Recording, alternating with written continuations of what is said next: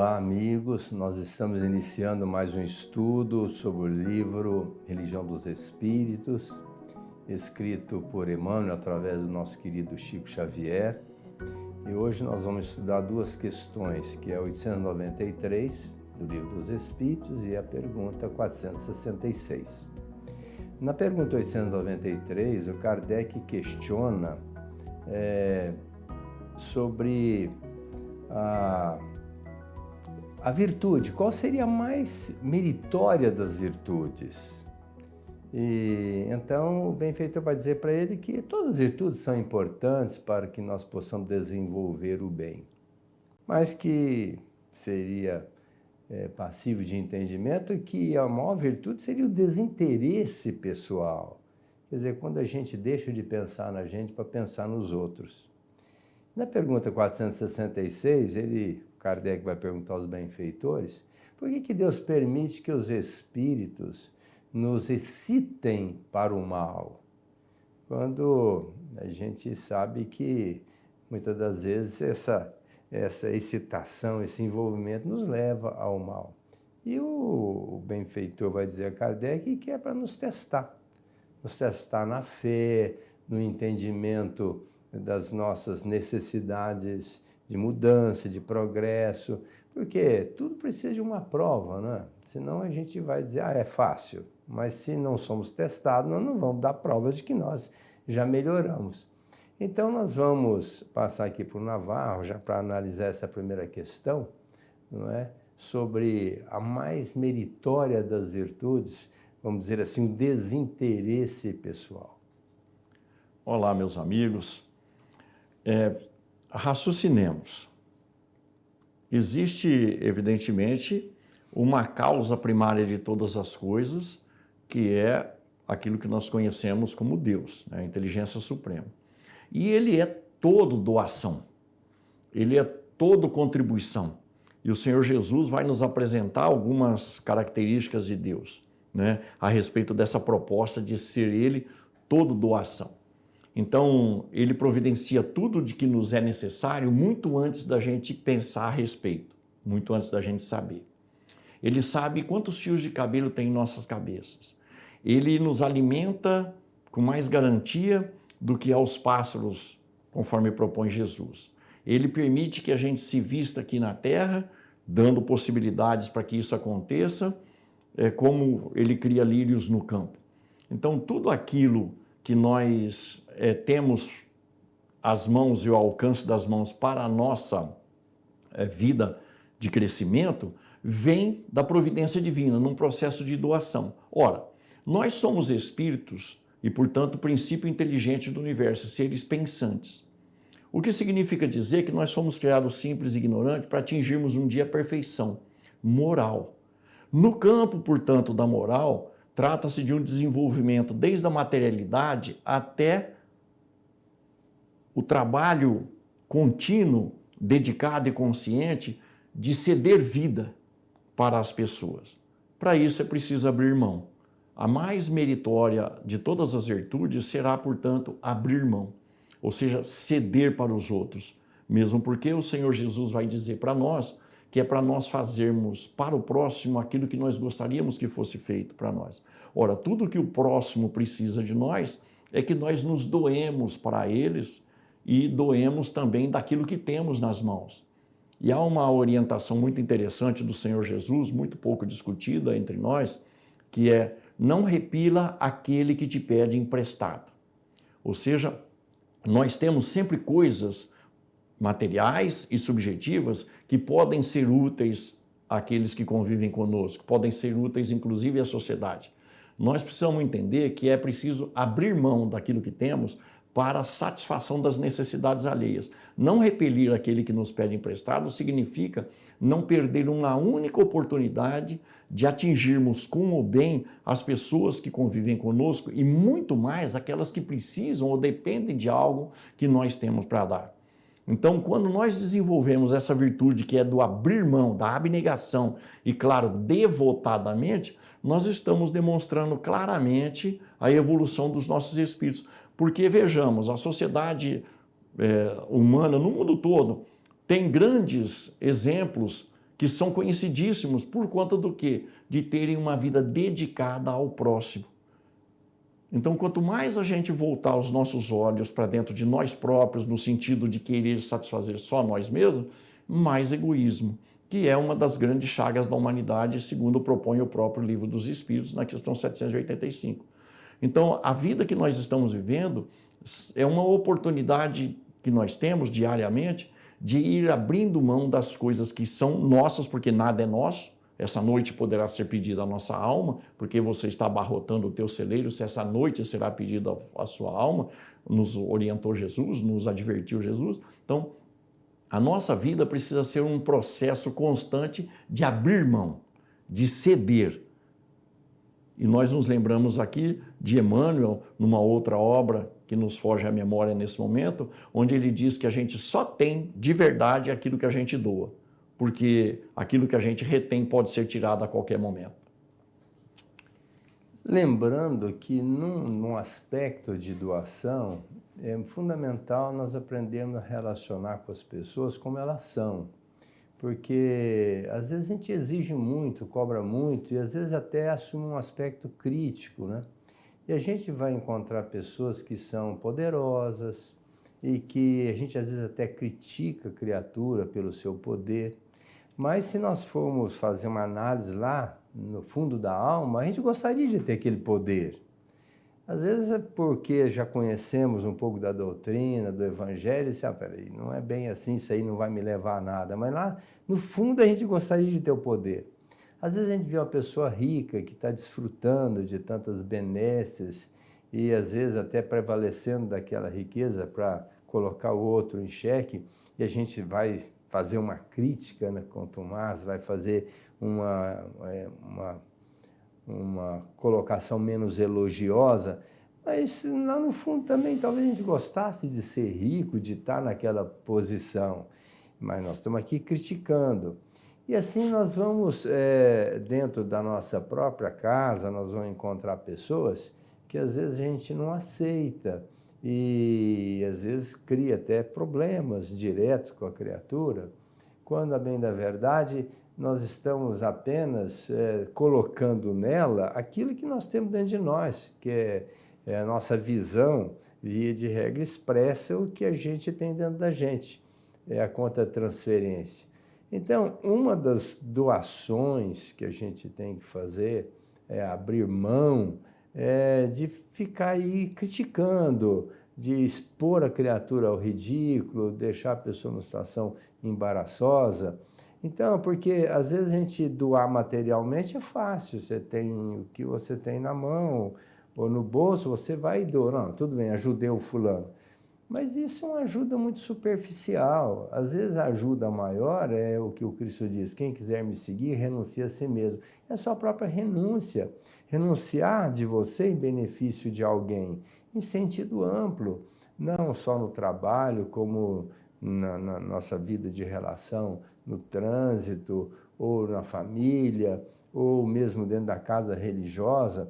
Eu vejo até dentro do movimento religioso muitas pessoas disputando cargo, disputando poder, disputando prestígio. E aquele que disputa cargo perde o cargo, não é assim? Jesus disse para a gente reconciliar com as pessoas, senão nós estaríamos com ela ad eterno. E aqui, qual seja a situação, nós estamos aqui experimentando uma possibilidade de estarmos abrindo mão de alguma coisa. E principalmente do nosso ego, do nosso personalismo. Isso é uma doação. Então eu entendo que das coisas materiais eu considero fácil, porque está dando, via de regra, na grande maioria, quase absoluta, o que nos sobra. Agora, dá um tempo, dá uma compreensão, dá uma compaixão, dá aí um entendimento, um perdão, aceitação da pessoa como ela é, eu acredito que talvez esteja num patamar mais elevado, e nós temos que nos esmerar por isso, chegarmos nesse ponto. Aí nós estaríamos mais próximos da espera da divindade, que nós fizéssemos ao outro o que nós gostaríamos que o outro nos fizesse. O doutor Aguinaldo tocou num ponto nevrálgico, né? que é quando nós observamos as pessoas como elas são e ficamos julgando a forma como elas compreendem e praticam os seus atos de vida, né? Quando a gente julga, a gente dificilmente julga adequadamente. Por quê? Porque a gente não conhece os caminhos que essa pessoa trilhou. A gente não conhece as experiências que esse espírito trilhou, não só na existência atual, mas nas anteriores. E aí a gente julga, evidentemente, sem conhecimento de causa. Mas por isso mesmo a gente acaba tomando a decisão de não ajudar. Porque a gente vai sentenciar a pessoa. Para que eu vou ajudar? Ela está passando por aquilo que ela merece. Se eu ajudar, ela não vai valorizar. Se você ajudar, essa pessoa vai acabar sempre por não fazer o que precisa ser feito. Quer dizer, não é essa a proposta que nós temos que encarar. A proposta que nós temos que encarar é quanto nós valorizamos as coisas materiais, quanto nós valorizamos as coisas que são nossas mesmo, as subjetivas, né? E retemos para nós outros. O conhecimento, por exemplo, se nós temos conhecimento e não divulgamos, para que ele serve? É preciso ser útil o conhecimento que temos. Se nós temos experiência de vida, para que serve? Não é só para o nosso viver, também é para ajudar aqueles que convivem conosco. E a vida social, que tem uma lei que rege, lei de sociedade, também está no Livro dos Espíritos, né? Mostra claramente que tudo aquilo que é útil para a sociedade precisa ser aplicado por nós outros. Senão nós haveremos de ficar presos sempre pela algema do egoísmo e dificultando não só o nosso progresso, quanto o progresso alheio. E o Senhor Jesus foi muito enfático com relação ao julgamento. Não julgueis, porque da forma com que usardes para julgar, sereis julgados, né? E ele próprio questionou: quem me pôs entre vós como juiz? Quer dizer, não podemos tomar a peito fazer um juízo para tomarmos uma decisão. É verdade que às vezes a gente precisa verificar duas situações, por exemplo, para ver qual vale mais a pena, inteligentemente, socorrer, no campo, evidentemente, da caridade pura. E às vezes a gente precisa dar uma analisada para ver quanto a gente pode ajudar para não estragar o próprio discernimento daquele espírito. Tudo isso é sabedoria, mas começa com um processo de doação, começa com uma possibilidade em nós de nos abrirmos para as pessoas naquilo que a gente considera como sendo nosso, né? É disso que se trata. Falando do julgamento, que o Navarro colocou com propriedade, se nós pegarmos o capítulo 10 do Evangelho segundo o Espiritismo, nós vamos encontrar lá o bem-aventurado dos misericordiosos. E o São Luís responde a 3 perguntas que foram feitas para ele. Se a gente deve criticar o outro, expor a criatura, e ele vai dizer o seguinte: quando a pessoa está fazendo uma coisa errada, nós devemos deixar que ela se atenha com aquilo. Podemos até chegar para ela, quando a gente tem essa penetração pela amizade, é o que o Cristo disse: se o vosso irmão estiver em erro, ide falai com ele. Se ele vos ouvir, tereis ganho o vosso irmão, se não, ide e levai a vossa paz. Ou seja, nós podemos chegar para a pessoa e dizer: olha, fulano, você está tendo uma atitude equivocada, então seria melhor que você repensasse e buscasse um caminho mais tranquilo para você não se comprometer amanhã. Isso é uma atitude extremamente feliz, porque nós estamos querendo ajudar a pessoa. Agora, existe uma outra crítica, que é aquela em que a gente quer expor a criatura ao ridículo. Não, ele fez, agora tem que pagar e eu vou realmente expor, ele tem que se haver com essa problemática, e aí fica muito complicado, porque nós estamos fazendo um julgamento quando nós temos erros crassos. Nós não podemos fazer jamais esse julgamento, nós não temos condições para isso, e mesmo porque cada um é cada um. Como o Navarro já colocou, quantas pessoas que têm uma vida, um presidiário, por exemplo, que às vezes a gente fala: nossa, mas ele fez isso, tem que ir para a cadeia. Mas como é que ele foi criado? Em que situação ele se encontrou? Se nós, por exemplo, tivemos facilidades pela nossa educação, fomos criados de uma maneira muito boa, fomos privilegiados. Mas se nós fôssemos criados na condição daquela criatura, nós não estaríamos fazendo aquilo, ou talvez pior ainda? Então, essa crítica, essa condenação não tem nenhuma razão, nenhuma chance de ser feita, a não ser se nós quisermos nos complicar. E uma outra situação é quando a pessoa está fazendo algo para comprometer a sociedade. Aí sim, nós temos que tomar uma postura, que é melhor que ele se prejudique que prejudicar uma sociedade.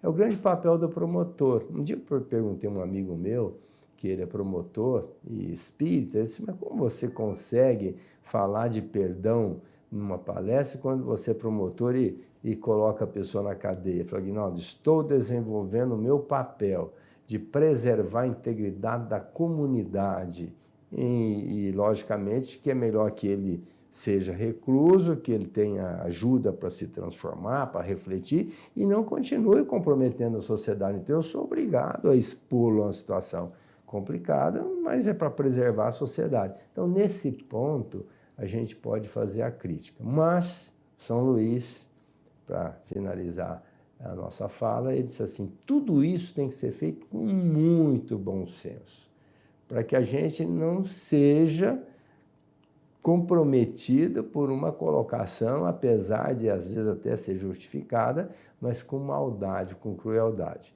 Nós temos que ver o outro lado da medalha. Ali está um irmão, numa situação delicada, e o que nós estamos pensando em fazer por ele? É para ajudá-lo ou para colocá-lo numa situação de ridículo? É bom que a gente pense muito bem sobre a nossa observação. Isso nos leva à questão seguinte que nós vamos refletir a respeito, que é a 466. Por que permite Deus que espíritos nos incitem ao mal? Muitas das vezes nós julgamos por incitação dos espíritos menos felizes que querem que a gente erre. Muitas vezes a gente negamos coisas para as pessoas justamente por influência de espíritos menos felizes que não querem que a gente acerte ou socorra. Os benfeitores espirituais vão dizer que os espíritos inferiores são os instrumentos de Deus para nos tentar, e Emmanuel vai falar um pouco sobre tentação, e também para ver a nossa perseverança no bem. Mas ao mesmo tempo que tem espíritos nos querendo incitar, nos induzir para o erro, do outro lado, e não poderia ser diferente, porque senão seria uma injustiça, tem os bons espíritos nos aconselhando a praticar o bem, nos aconselhando a perseverarmos na abnegação e no devotamento à causa do bem. Então, a questão 466 nos apresenta a possibilidade de sermos tentados. E o que é ser tentado? É justamente incorrer nos erros que a gente vem cometendo ao longo das nossas encarnações. Não é isso, doutor? O Emmanuel tem uma didática fantástica. E ali, nessa pergunta, ele falando sobre a hora de crise, né? Que nós vivemos crise existencial. No fundo, todos nós estamos em crise, porque quando nós nos defrontamos com as nossas dificuldades, a gente quer resolver e encontramos vários obstáculos. E o Emmanuel coloca aqui uma crise, nós já temos consciência de que nós temos que investir na melhoria do espírito. E às vezes nós ficamos no mundo. E aí fica um conflito, né? Nós vamos ouvir o mundo ou vamos ouvir a proposta de Jesus, que são, via de regra, muito díspares. Por exemplo, a gente está recluso aqui, mas na esperança de nos libertar. Mas o que nós temos feito? E aí vem, vamos dizer assim, o mundo falando através das palavras dos amigos e dos inimigos. E vem o nosso Cristo, nosso modelo e guia, dizendo assim, olha, mas não é bem assim, buscando o ensejo da nossa consciência, porque a lei está na nossa consciência.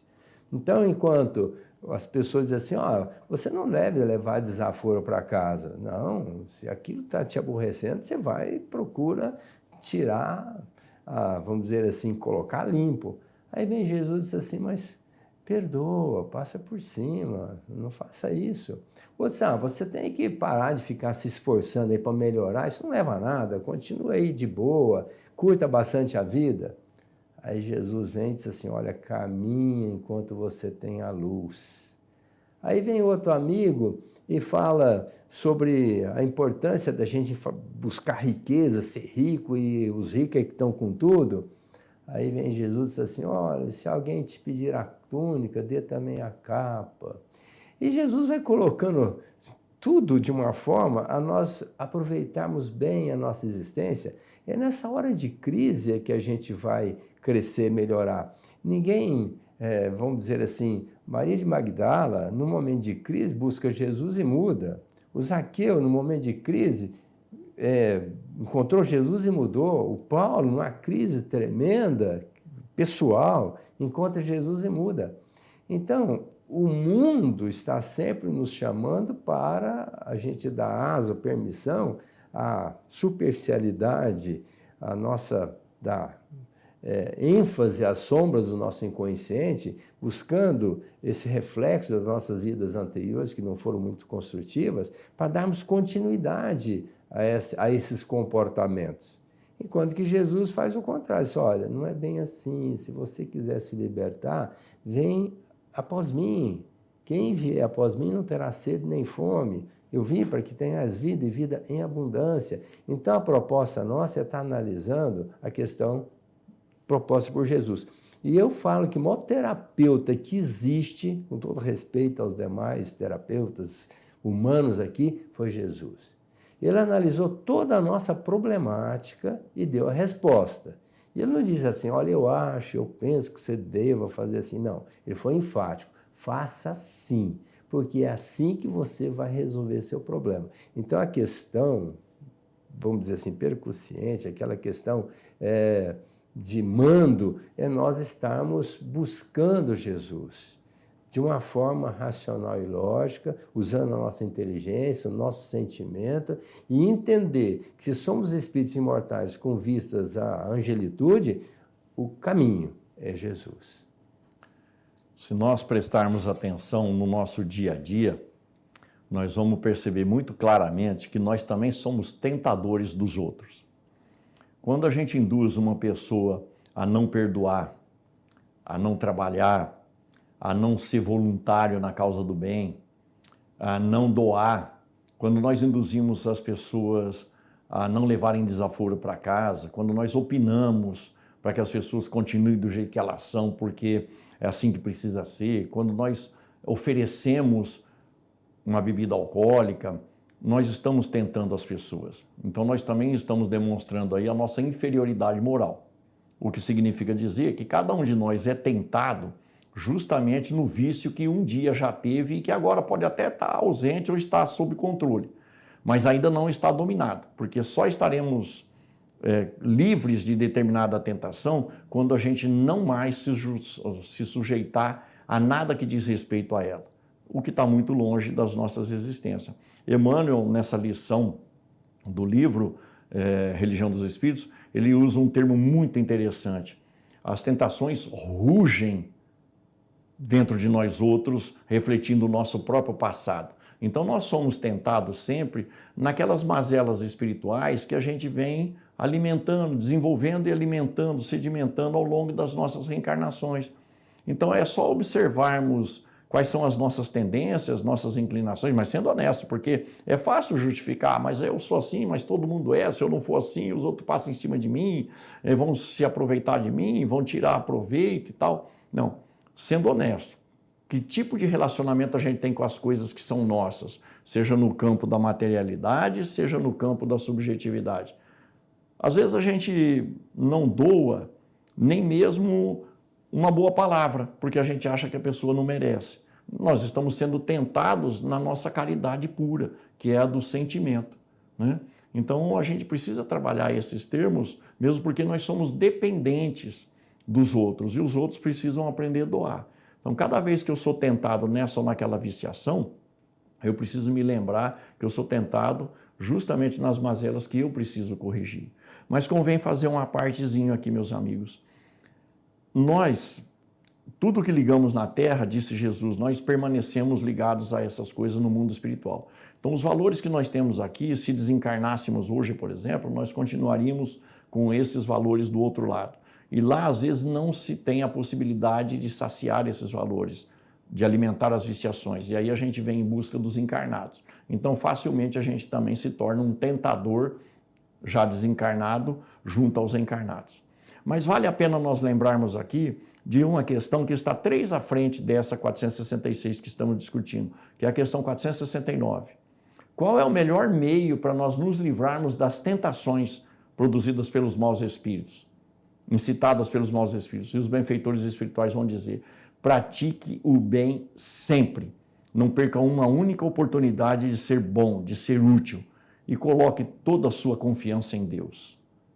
Percebamos que é um exercício íntimo para cada um de nós. Lembrando que a palavra final para esse tipo de tentação a ser evitada foi dada por Jesus, quando ele disse assim: vigiai e orai para não cair em tentação. O que é essa vigília? É o que nós estamos pensando, o que nós estamos falando, o que nós estamos fazendo. Se isso for adequado à nossa consciência, ótimo, vamos continuar. Nós estamos melhorando a nossa adequação à proposta divina e estamos nos libertando das mazelas da nossa alma. Agora, se nós estivermos fazendo coisas erradas, é hora de mudar, porque senão nós vamos criar um pluguezinho com aqueles que estão em afinidade com essas propostas infelizes e vão nos incitar ao mal, à queda. E aí vem, vamos dizer assim, o resultado do processo obsessivo no qual nós nos permitimos. E se temos dificuldade para nos livrarmos dessas mazelas, vamos orar, vamos pedir com humildade ajuda do nosso benfeitor, do Espírito Protetor, ou mesmo de Jesus ou de Deus, que eles estão sempre nos envolvendo, querendo a nossa melhoria, nossa reforma íntima, nos preservando dos males nos quais nós podemos nos permitir por infelicidade, no comportamento em desalinho com a proposta divina. Então vamos atentar para esse detalhe. Vigiai e orai para não cair em tentação. Um grande abraço a todos, até a semana que vem com um novo estudo do Evangelho, à luz do Evangelho, desse estudo que nós temos feito sistematicamente do livro Religião dos Espíritos.